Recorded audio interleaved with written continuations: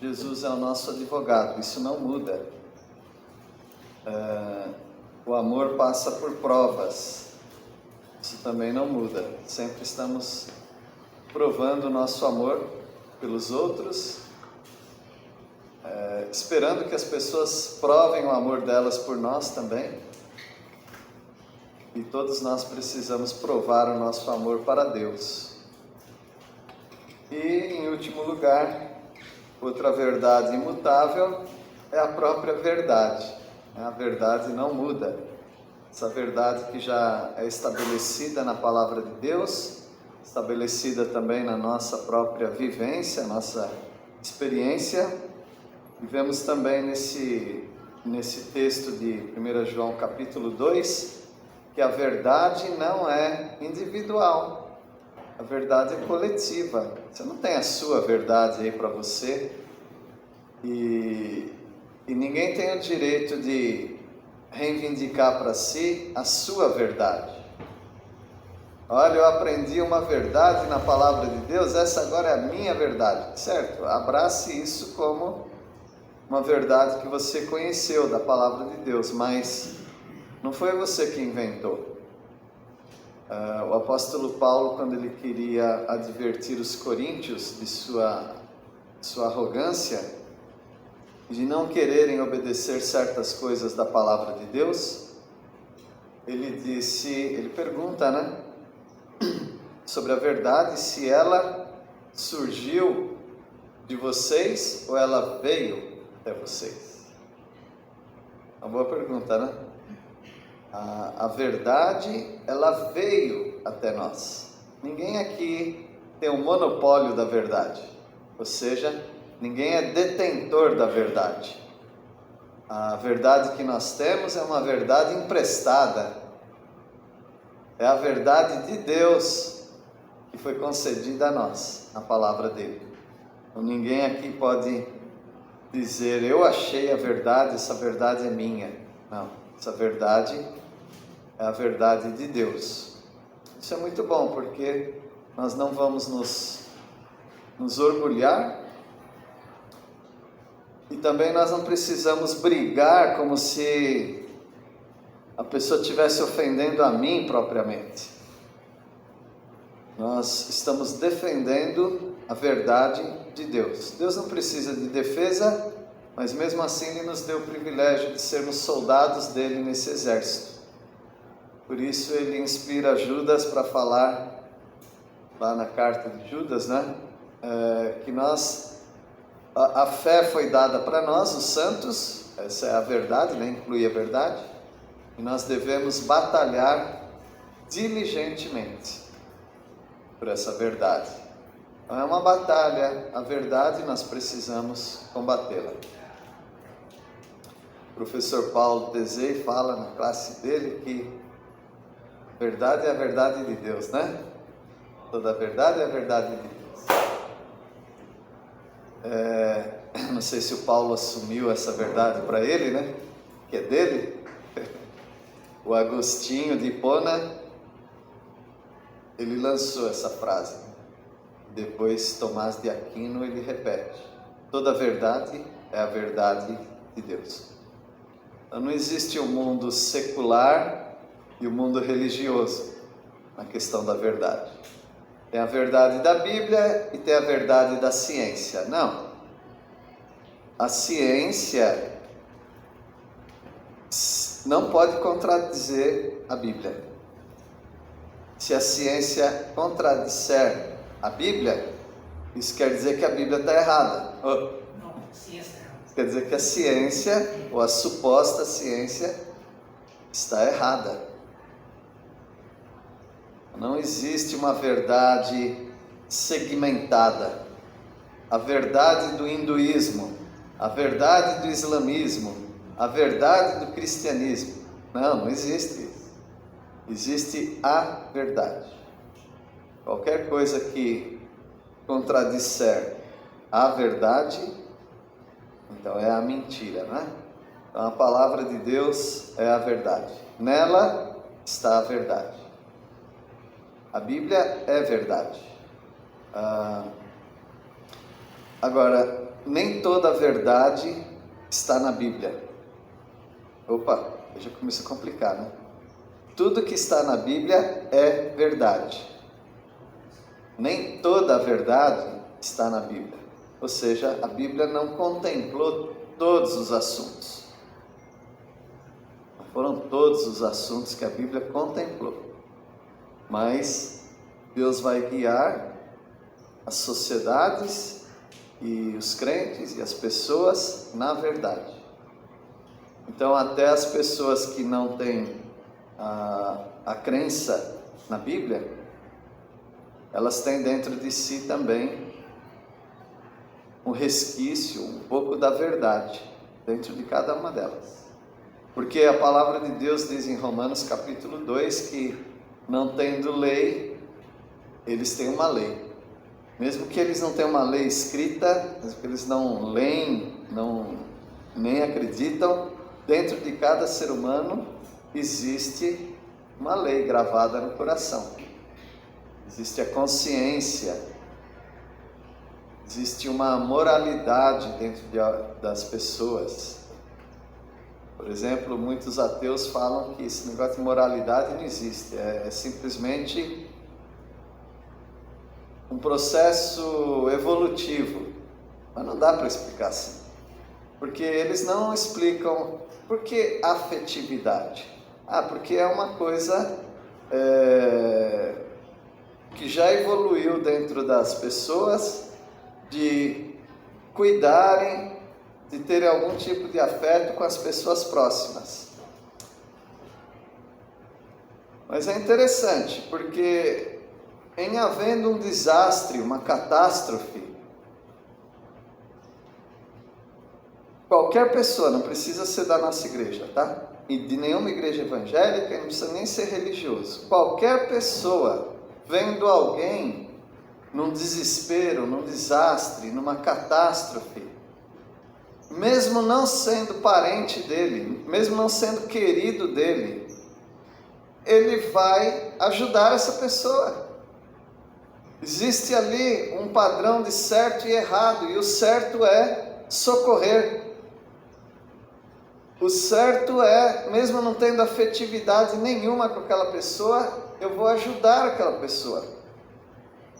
Em Brasília tem um monumento de um bombeiro, de um militar, agora não sei se ele era bombeiro, mas é um militar. Porque uma criança no zoológico de Brasília, isso faz uns 40 anos, ou menos, me lembro dessa notícia, alguns aqui vão lembrar. Os que não vão lembrar estão lá na outra classe, tá?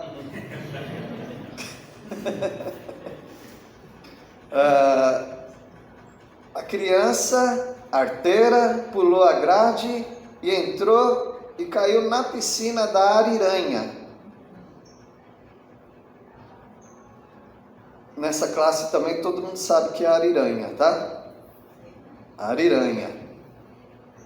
Aí ele não mediu esforços, ele pulou a grade, pulou na piscina, tirou a criança e foi morto pela Ariranha. E foi um herói. Aí eu fiquei pensando, porque eu sempre contava essa ilustração, né? Eu falei, eu vou atrás, hoje tem internet, tem tudo, né? Eu quero saber dessa criança, se é viva ainda. E eu fui atrás. E eu encontrei essa criança, agora com 45 anos, não sei, 40, eu não sei quantos anos, mas mais de 40.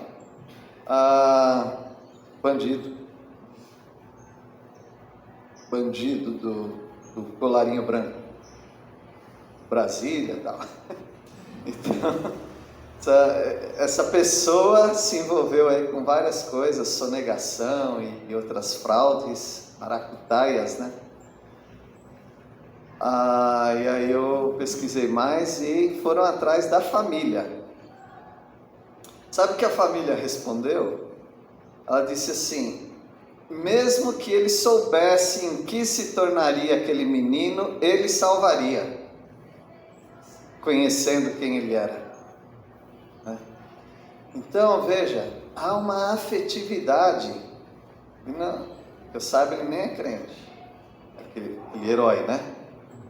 Mas há uma afetividade pelo ser humano que é uma coisa extraordinária, não tem vínculos. E também, pensando que aquela pessoa nem se tornaria uma boa pessoa, não valeria a pena salvá-la, vamos dizer assim. A família testifica, ele faria isso. Então veja, meus irmãos, que nós temos uma verdade da palavra de Deus, mesmo que alguém não creia na palavra de Deus. Está estampado dentro de cada um que tem que ter alguma coisa diferente.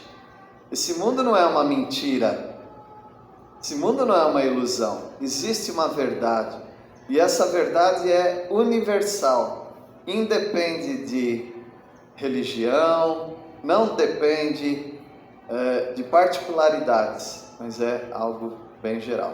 Então Agostinho e posteriormente o Tomás de Aquino, mais para frente Paulo Tezê, estavam certos. Toda a verdade é a verdade de Deus. E hoje o dirigente nos falou que num texto pequeno que ele leu, tem de 4 a 5 verdades, cumprimentos da palavra de Deus ali. Quando nós vemos Jesus no tribunal, esse é o dia, né, que as pessoas lembram da morte de Jesus, julgamento de Jesus. Pilatos estava diante de Jesus, ou Jesus diante de Pilatos, e Pilatos falou, bom, uma acusação é que você é rei.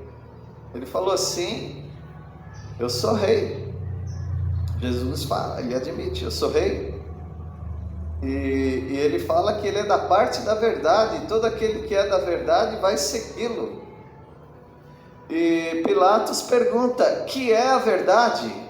Vira as costas e vai embora. Existe uma verdade. As pessoas inclusive têm curiosidade de saber qual é a verdade, mas elas não têm paciência de parar para ouvir qual é a verdade. Então a verdade da palavra de Deus está aqui estampada em 1 João 2, a partir do versículo 18, nós vamos ver várias verdades. Não é que tem vários tipos de verdade, né? Assim, tudo aqui é verdade. Só que a verdade, ela se manifesta de diversas formas. Bom, por exemplo, é verdade que os pais amam seus filhos. Isso é verdade. Mas é verdade também que eles disciplinam os filhos. Isso é outra parte da mesma verdade. Então nós vamos ver aqui, não várias verdades, mas várias manifestações dessa verdade.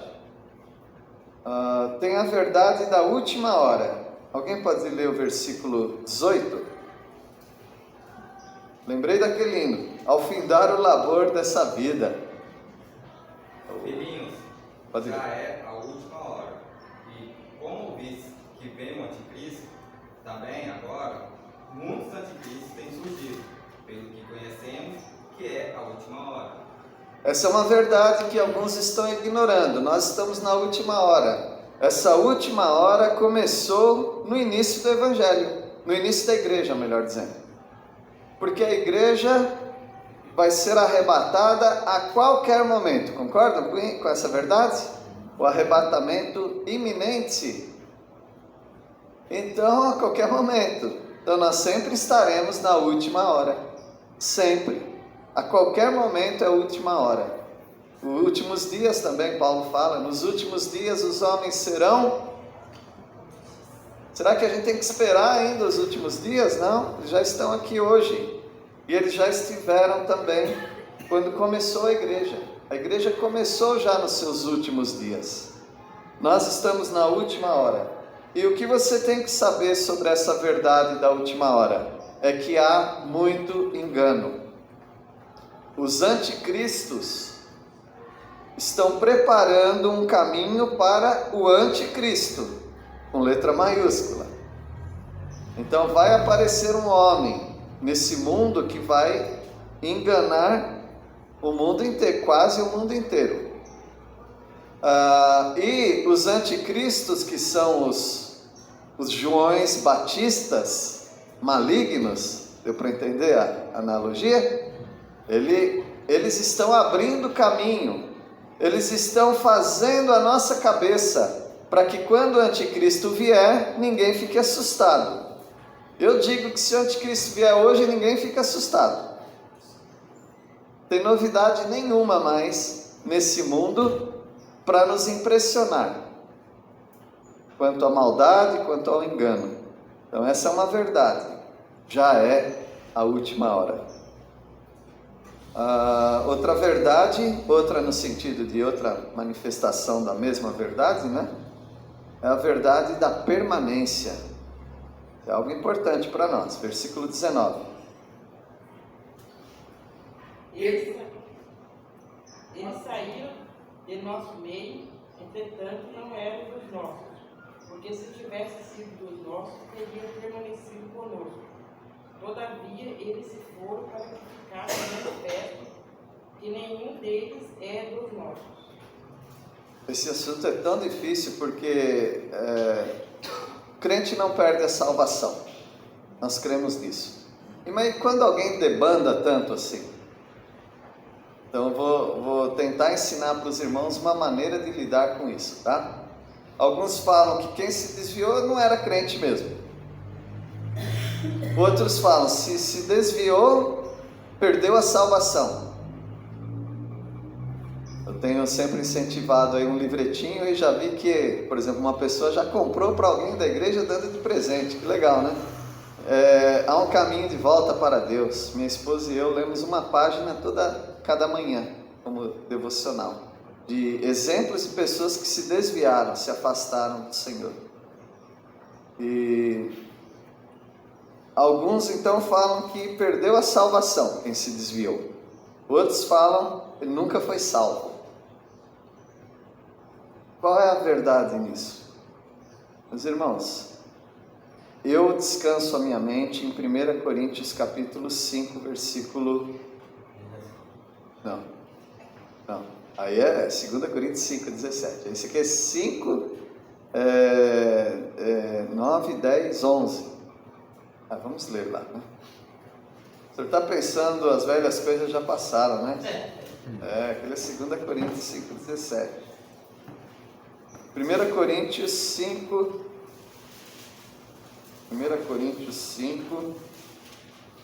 versículo 11.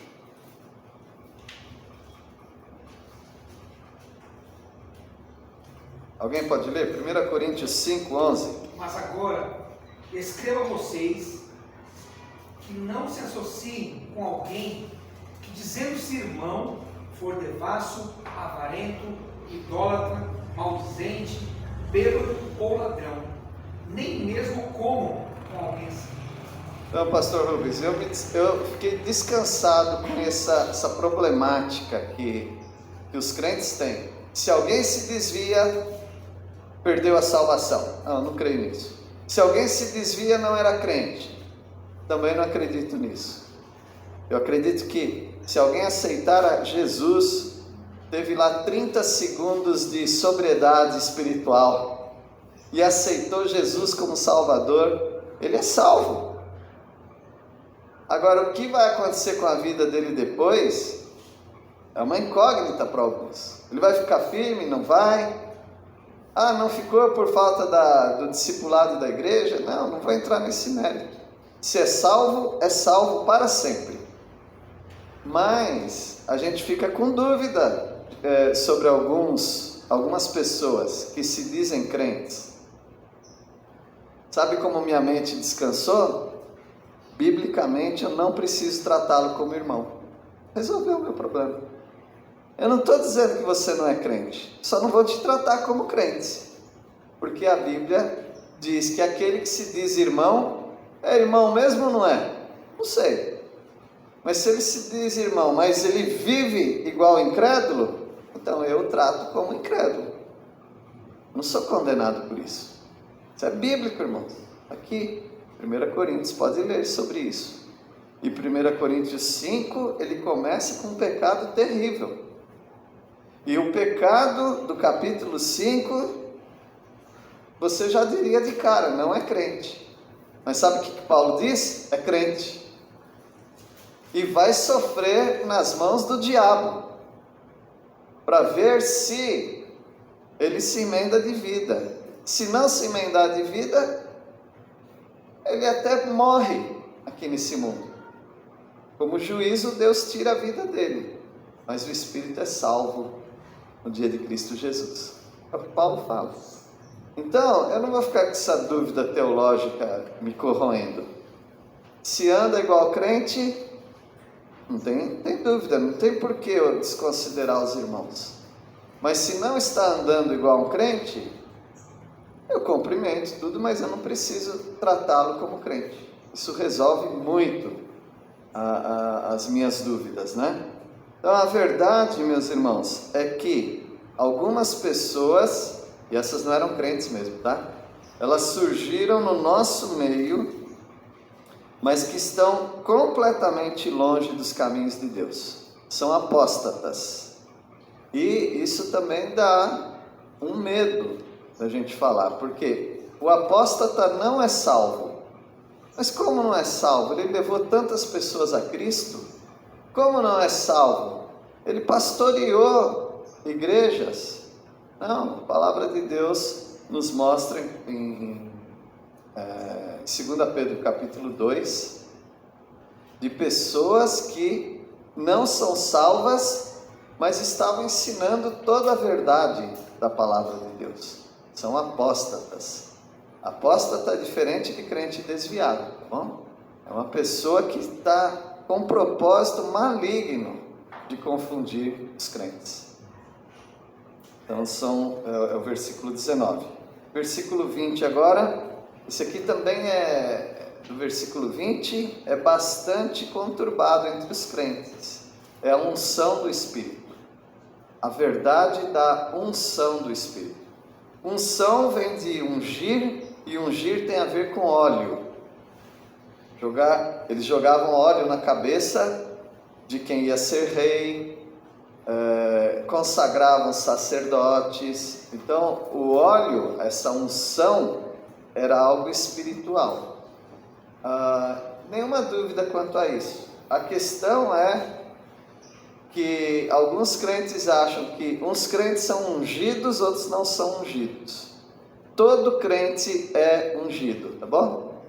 Todo pregador é ungido. Eu sei que as pessoas oram, né? Para que Deus unja a cabeça ou unja o pregador, né? Como se ele não fosse ungido, agora ele vem para o púlpito, ele vai receber a unção do Espírito Santo. Todo crente é ungido. Todo crente recebeu a unção do Espírito Santo. Porque o Espírito Santo, ele tem como símbolo também o óleo. O óleo simboliza o Espírito Santo. Então, o Espírito Santo foi derramado nos nossos corações. Então, nós recebemos a unção do Espírito Santo.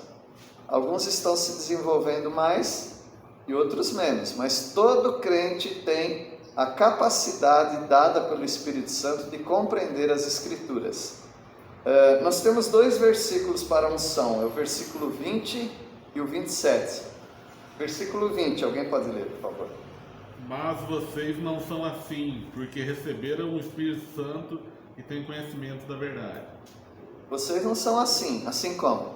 Como os apóstatas, como esses falsos mestres. Vocês receberam o Espírito Santo. Em outra versão tem a palavra unção, não tem? E vós possuís unção que vem do Santo. Também o versículo 27, alguém pode ler? 27. Quanto a vocês, a unção que receberam dele permanece em vocês, e não precisam que alguém os ensine. Mas, como a unção dele nos ensina a respeito de todas as coisas, e é verdadeira e não é falsa, permaneçam nele, como também ela ensinou vocês. Versículo 27 fala mais abrangente, né, sobre a unção do Espírito Santo. Quem que tem a unção? Os crentes. Quais crentes? Todos os crentes. Todos receberam o Espírito Santo e têm a unção. Cuidado com essa expressão não ser mal interpretada, que vocês não têm necessidade de que alguém vos ensine. Como é que Deus deixou mestres na igreja se não precisa que ninguém ensine? Então, o que o texto provavelmente quer dizer é: você não precisa de ninguém para te ensinar coisas novas. Então, os mestres que existem na igreja, eles são apenas transmissores do quê? Qual verdade? A única que existe. A verdade de Deus, a palavra de Deus, o ensino de Jesus. Jesus deixou muito ensinamento, né? E ele falou em Mateus 28, né? Quando ele está, versículo 19 e 20, quando ele está subindo, ele diz que ele deixa o Espírito Santo para eles, né? Futuramente, e é para ensinar os discípulos a guardarem todas as coisas que Jesus ensinou. Então ele quer que tenha instrumentos chamados mestres. Mas um mestre não ensina de si próprio, por isso que não há necessidade que ninguém vos ensine, porque Jesus já está te ensinando através dos mestres. Ou seja, você está aprendendo da palavra de Deus através dos ensinos dos mestres, daquilo que já existe da palavra de Deus. Jesus é o ensino verdadeiro. Então, isso quer dizer que todo crente, porque todos os crentes têm a unção e o Espírito Santo, quando houve um ensino errado, já bate ali na cabeça e fala: alguma coisa naquele ensino está errado. Eu não sei o que é, mas tem alguma coisa estranha. Por que pessoas que não são assim tão estudiosas da Bíblia, especialistas na Bíblia, por que elas acham que alguma coisa está estranha? Mesmo que elas não saibam explicar. Quem poderia dizer? Por causa do Espírito Santo que habita, né? O Espírito Santo. O Espírito Santo ainda conta com mestres, mas o Espírito Santo é aquele receptor dentro do coração de cada um que filtra. Ele é um filtro dentro de você. Eu não preciso ficar protegendo esse rebanho de todos os falsos ensinos. Por quê? Só no Brasil dizem que tem mais de 3.000 seitas. Quantos ensinos errados existem? Eu não consigo abranger tudo. Vamos dar um curso de seitas e heresias. Quando a gente dá esse curso na escola, por exemplo, em quase todas as escolas, estuda-se no Brasil 10 seitas, só 10. Mas, por exemplo, das seitas orientais, você estuda uma, todas têm o mesmo princípio. Nós precisamos aprender alguns ensinamentos que são errados, mas não dá para aprender, detectar todos os ensinamentos errados. Detectar não dá para estudar todos, mas detectar sim. Há um detector dentro de você chamado Espírito Santo, e quando bate o ensino errado, mesmo que você nunca ouviu falar daquilo, fala: alguma coisa aqui está errada. O Espírito Santo te incomoda. É por isso que você já tem um mestre dentro de você. Versículo, saiu da ordem aqui, mas vamos voltar agora para o versículo 21. A verdade não se mistura com a mentira. As seitas tentam fazer isso. Elas pegam um pouco da verdade, um pouco da mentira, e eu vou até me atrever a dizer o seguinte: olha, as seitas pegam muito da verdade, bastante. Tem umas que, não sei porcentagem aqui, mas tem alguns ensinos de algumas seitas que tem 90% da verdade, só 10% de mentira. Mas isso é suficiente.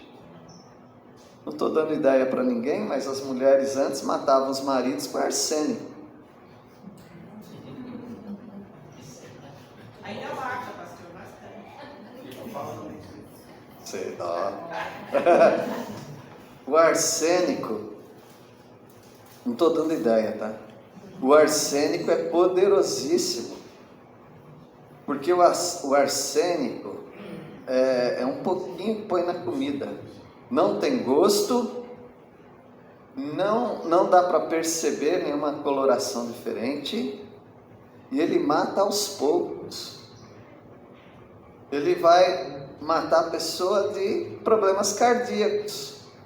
Quem que não tem problema cardíaco? Um monte de gente tem problema cardíaco. E os que não tem, não sabem que não tem. E aí, a pessoa morre. Não precisa nem fazer autópsia. Aquela viúva negra lá, aquela viúva, né? Negra é um termo, né? Para falar de muitas mulheres que casavam várias vezes e matavam seus maridos, né? Por causa de... É sempre por causa de dinheiro, né, irmãos? Então, matava os maridos assim. Ninguém desconfiava de nada, porque aos poucos, logo está morto. Próximo. Então, a comida está lá, perfeita. Um pouquinho só de arsênico, só um pouquinho, todo dia um pouquinho. Então, os falsos ensinos são assim. Eu não quero provocar tanto também, mas quero dizer que hoje é domingo de Ramos. Já recebi uma mensagem de um evangélico sobre Domingos de Ramos. Não me lembro se eu tinha recebido já de crente comemorando Domingo de Ramos. Mas tudo bem, antes de Jesus morrer, uma semana antes, o dirigente leu aqui para nós a entrada triunfal. Eles colocaram os ramos, vestimentas. Qual é o ensino errado? Era domingo, tudo bem? Também tinha ramos, tudo bem. Mas o sacerdote tem que ungir. Você leva o seu ramo. Ninguém está com ramo hoje, não sei porquê, né? Tem que trazer o ramo para a igreja. O sacerdote vai ungir, jogar uma água lá, estamos falando de unção, jogar uma água. E você leva aquele ramo para a sua casa, porque ele está abençoado e vai abençoar a sua casa. Notaram? Você tem 90% do ensino, está correto. Mas você tem ali 10%, no caso aí 1% talvez, está totalmente errado. E isso vai confundir sua cabeça. Matava até lagarta na roça. É? O ramo servia para isso também? Na roça e deixava o canto sem boca para as lagartas ir embora. Aí, minha esposa está com uns pulgões lá numa planta. Pega o ramo. Tá bom, meus irmãos? Então a verdade não se mistura com a mentira. Versículo 21.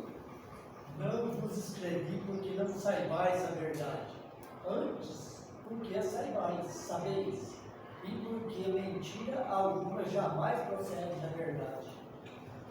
Então, não é, a mentira não é um ramo da verdade.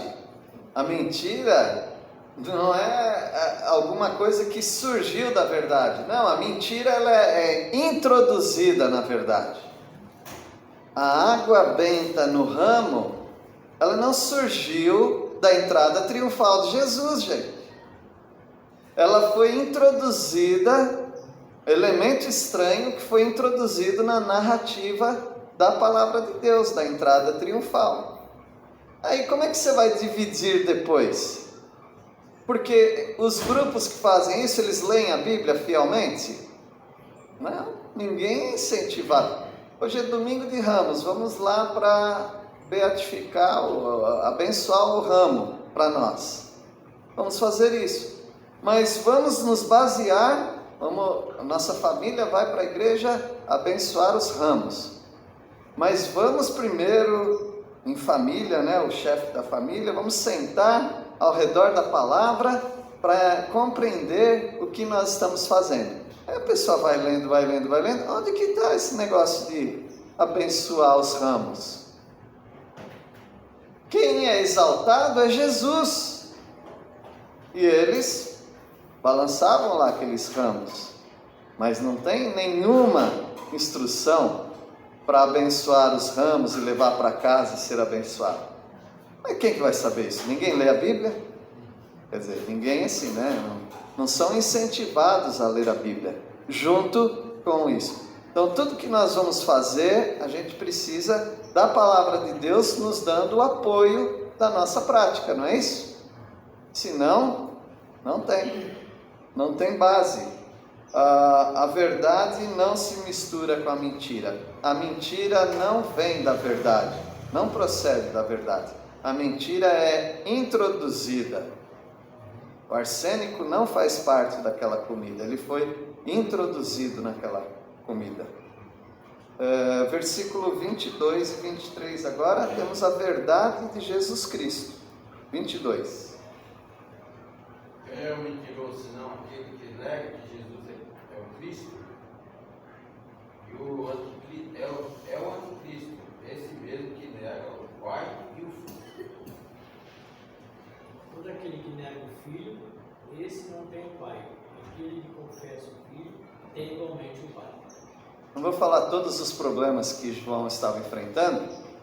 Não eram tantas coisas assim, era apenas uma ou duas, né? Que era o gnosticismo. Uma seita ali no meio deles, né? Que ensinava que Jesus não é Deus. Que ensinava que Jesus não veio em carne. Depois veio um outro ensino chamado docetismo. Doce quer dizer aparência. Jesus veio, ele parecia um ser humano, mas ele não era um ser humano, ele não era de carne e osso. Os fãs de Star Trek aí, era um holograma, ele parecia, mas não era.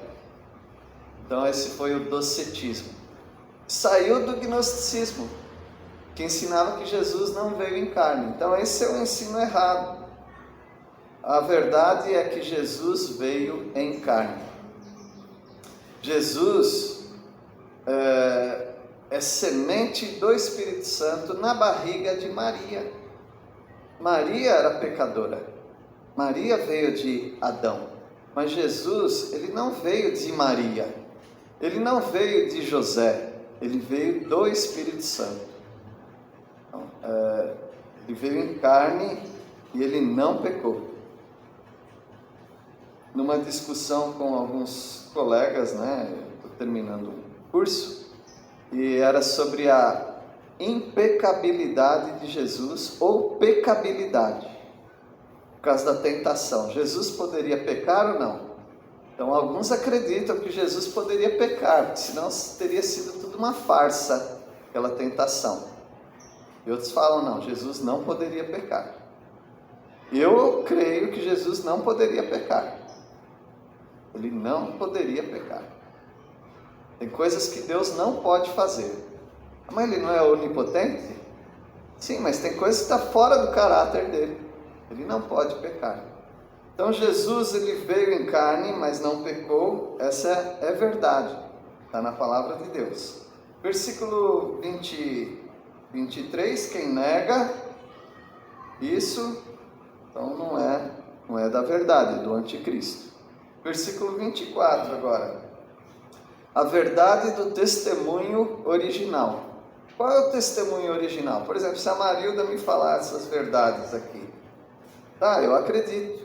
Está na palavra de Deus. E ela apresentou a palavra de Deus corretamente. Eu acredito.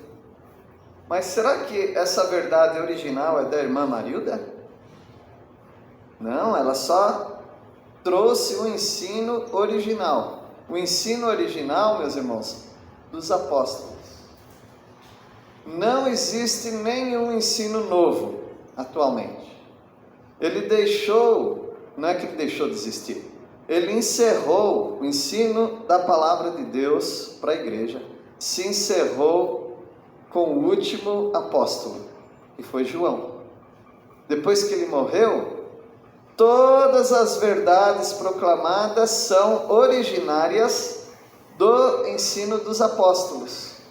Por isso que nós seguimos o ensino dos apóstolos. Não tem nenhuma verdade a mais para conhecer. Versículo 24, alguém pode ler? Permaneça em vós o que ouvistes desde o princípio. Se em vós permanecer o que desde o princípio ouvistes, também permanecereis vós no Filho e no Pai. Permanece naquilo que você ouviu desde o princípio. Aí a pessoa pensa, foi desde o momento que eu me converti. Não! O princípio é antes de você se converter. O princípio foi lá dos apóstolos. Permanece nisso, do que você ouviu desde o princípio. E o princípio é o ensino dos apóstolos. É lá que você precisa saber. Agora eu vou dar uma dica aqui para os irmãos. Se você quer saber como funciona a igreja, não são os evangelhos que vão te ajudar. Não é o livro de Atos. Não são as epístolas gerais de João, Pedro, Tiago, Judas. Não é o livro do Apocalipse. São as cartas de Paulo. Não tem tempo para explicar tudo isso aqui. Ele é o dispenseiro, tá? Para a igreja. Os ensinos da igreja estão nas cartas de Paulo. Ah, mas ele nem era apóstolo? Ele diz isso, mas Deus o fez apóstolo. Fora de tempo, mas ele era o apóstolo. E ele segue o ensino dos apóstolos, mesmo que os apóstolos nem sabiam desses ensinos. Mas Deus privilegiou o apóstolo Paulo para compreender essas verdades da igreja. E ele passou para nós. Versículo 24 foi lido, né? 25. A verdade da vida eterna. Quem pode ler? E esta é a promessa que Ele mesmo nos fez, a vida eterna. Essa é a verdade, a vida eterna. Nós temos isso. Então, se Pilatos tivesse paciência para ouvir Jesus, quando ele pergunta o que é a verdade, ali nós teríamos um dos evangelismos mais lindos dos evangelhos. Jesus explicando para Pilatos qual é a verdade da vida eterna. Mas ele não parou, né, para ouvir. Versículo 26, a verdade dos apóstolos, né? E João está escrevendo, versículo 26. Isto que vos acabo de escrever é acerca dos que vos procuram enganar. Então João está nos blindando, ele está nos protegendo dos dardos inflamados do inimigo, querendo nos atacar a nossa mente. Será que é verdade? Algumas pessoas falam, não, olha, eu ouvi um ensino, eu acho que aquele ensino é verdade. Quando que esse ensino surgiu? Aí quando você vai estudar, esse ensino surgiu faz 10 anos. Quer dizer, eu vou trocar o certo pelo duvidoso? Nem que tenha surgido em 1517, que foi quando veio a reforma, né? Esse ensino surgiu ali.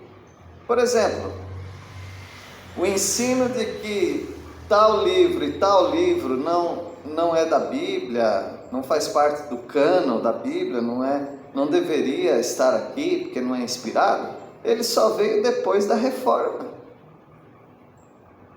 Quer dizer, já estava tudo decidido. Vocês lembram do Galaxy, LTD, DKV, Maverick? Lembram? Então, preciso explicar essa parte. Estava tudo decidido. Agora, alguém em 1600, você está 1600 anos atrasado para falar que agora esse livro não é da Bíblia? Ah, acharam o Evangelho de Judas. E acharam mesmo, faz pouco tempo. E daí? Não está aqui, perdeu o bonde. O trem passou, ele não entrou aqui, não vai entrar mais. Então, a palavra de Deus já está consolidada para nós. E essa é a verdade que João acaba de escrever acerca dos que procuram te enganar. De repente vem um ensino novo, é assim que funciona agora. Já basta medicina, né, irmãos? Medicina cansa a gente às vezes. Ela nos cura, mas também ela nos cansa. Isso aqui agora faz mal. Desde quando que isso aqui faz mal? Porque eu comi a vida toda. Mas agora está fazendo mal? Agora não pode mais. Quer dizer que eu vou... Por que eu não morri até agora? Não sei. Mas se você comer isso aí, você vai, em poucos meses você vai morrer. Quer dizer, 60 anos eu não morri por causa disso aí, agora eu vou morrer. Fala para o Joninhas que cansa. Então, meus irmãos, nós podemos nos apoiar naquilo que nós temos. Estou falando de medicina agora, estou falando da palavra de Deus. Apoie-se no que você tem. Deixa as novidades para os que gostam de novidade, porque essa novidade vai passar, viu? Daqui a pouco tempo passa. Eu gastei um tempo para falar da baleia azul. Não é a baleia que a criançada se cortava, se matava? É uma baleia lá. Que baleia azul? Gastei um tempo para preparar um estudo daquele, dei numa escola, me convidaram lá no outro município, dei aquele estudo para a criançada e tal. Hoje, se perguntar, você conhece? Não conheço nada, passou. Só me deu trabalho aquilo lá, mas foi bom. Para aquele momento foi bom, mas agora já está em outra coisa. MoMA, alguém já ouviu falar MoMA? É um monte de coisa que vem, vai, sim. Então fica com a palavra de Deus. Versículo 28, porque o 27 já foi. A verdade da manifestação de Cristo pela segunda vez. Cristo já veio uma vez, né? Versículo 28. E agora, filhinhos, permaneçam nele, para que quando ele se manifestar, tenham confiança e não sejam envergonhados, tendo de nos afastar dele no dia da sua vinda. Isso, permaneça com confiança no que você recebeu e aguarde a segunda vinda. Tá bom, um deles falou assim, Cristo não vem mais. Como assim? É um ensino novo. É que nós não estávamos prestando atenção no texto, disse a pessoa. Ela falou que quando você aceitou Jesus, você recebeu o Espírito Santo. Então é Cristo Jesus vindo. Ele já veio. Ele não precisa mais vir. Fui enganado a vida toda, então. Meus irmãos, e esse é um daqueles, tá? Um daqueles pastores que disse até que a Bíblia tem que ser mudada. Já sabe quem é, né? Então, meus irmãos, nós não podemos ouvir alguém no YouTube e falar, agora estou entendendo esse texto. Cuidado. Outras pessoas já trataram desse texto, tem muito material sobre aquele texto. Não é porque alguém falou alguma coisa que agora passou a ser verdade. Então vamos aguardar a vinda do Senhor, para que não nos afastemos envergonhados na sua vinda. Eles vão ficar envergonhados. Nós estamos firmes aguardando a vinda do Senhor Jesus. Amém. E vamos encerrar com o versículo 29. A verdade da justiça de Cristo. Essa não muda também. Porque sabemos que Ele é justo. Também sabemos que todo que pratica a justiça é nascido de Deus. Isso. Essa nova semente é da justiça. Quem nasce do Senhor Jesus, ele tem essa justiça. Então, meus irmãos, nós temos aqui as verdades imutáveis na vida cristã. Elas não mudam. Não fica negociando com coisas à toa, né? O Esaú, ele perdeu a bênção da primogenitura por causa de uma fome terrível que ele teve. Às vezes você é pego numa fragilidade emocional e alguém te passa um link do YouTube de uma pregação e faz uma propaganda daquela pregação e você assiste, você está num momento frágil. É o momento quando você troca a sua primogenitura por um prato de lentilhas. Cuidado com isso. Tá? Fique naquilo que você sabe que é verdade. Palavra de Deus. Agradecemos, Senhor, porque a Tua palavra é imutável e nós podemos nos apoiar nela completamente. A nossa vida está entregue ao Senhor e nos princípios da Tua palavra. Nós agradecemos por isso. Mantenha-nos, ó Pai, atentos contra os falsos ensinos. E agradecemos pelo Teu ensino, a Tua unção, em nome de Jesus. Amém. Amém.